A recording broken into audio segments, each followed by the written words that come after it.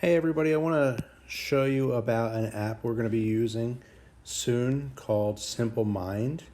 We're going to use this app to work with read alouds quite often, and we might use it at some other times to just get some quick notes down, things like that. This is an app where we're using it to get some quick thoughts down. It's not meant to be used with really long paragraphs or anything long at all. It's just meant for quick thoughts that we want to get down. So I'm going to open up the app. It's called Simple Mind. It looks like a little water droplet there. So I'm going to open this up. The first time you ever open to it, I think it's going to take you to this screen, which is basically their welcome screen. And this has some tips on how to use the app in here. A lot of it's really advanced stuff that we won't be using, but if you really like the app and you want to learn a little bit more about it, you could always go to this welcome screen and kind of browse around a little bit and learn a little bit more. But I just want to show you the basics right now. So in the top left there, you see that it says mind maps. So I'm going to go to that. I'm going to open up, and down the bottom there's a plus sign. I'm going to hit that plus sign to open a new mind map. I could also hit the square up top with a little pencil in it. That also gives me the option to do a new mind map, but I'm already in my mind map now. So it takes us to this box first, and that's where you're going to put the main topic of your mind map. In most cases for us, we're going to be using a story title. So I'm just going to actually write the word story title in there. And touch my screen. And you see that it says story title in a box there. And I can zoom in, I can zoom out, and do a couple things. There's a few different features there. You see the three dots, the letter T, the plus sign, and that little back button. Really the only one that we're going to use is the plus sign. And you're going to see when I hit this plus sign, it takes me to a new box.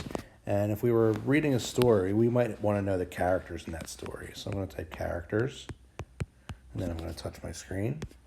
And you see that I now have basically a branch coming off a story title that says characters. I could touch this, and I can move it around. I can bring it closer. I can bring it farther. I can do all kinds of things with it. Let's say I'm reading a story and I want to know who the characters are, and I want to add a character. So instead of hitting the plus sign of story title, I'm going to hit the plus sign of characters. Let's just say the character's name was Steve. So I'm going to put the name Steve, touch my screen, and you see the character Steve coming off of the characters box. Let's say I want to add a second character. I have to go back to where it says characters, touch that, and again hit the plus sign. Maybe the character's name was Dustin. Touch my screen, and now I have two characters. Again, I can move them around so that they're coming off characters. Let's say I wanted to add a third character, and I accidentally hit the plus sign when it was still on the Dustin box. And I add the character's name, let's say it's L.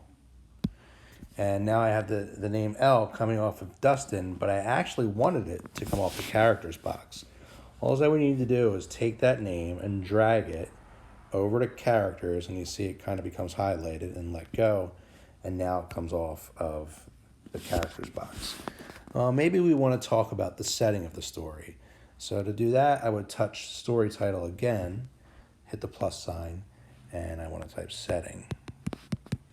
And now when I'm done, you see it looks like it's going through characters, but actually when you touch it and move it, it's coming off of the story title.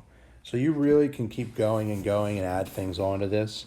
Unfortunately, this is a free version, so the only way we can submit using it is to take a screenshot and submit it. So sometimes you have to get zoomed in really tight to do it. One of the things I really like about this app is you can use a lot of different color schemes. If you look in the top right, you see what looks like a painter's palette. If you touch that and open up, you see that there's lots of different options you can use. I'll just show you a couple right now. I can get really plain with black and white. I might go with some softer colors. Maybe I like something a little more goofy-ish. Looks like this. My personal favorite is the colors on black. I like that one the best. I feel like I can see it the best, and I think it looks pretty cool. So this is the app, Simple Mind, and this is a mind map, and we'll be using this quite often, so hopefully you enjoy it.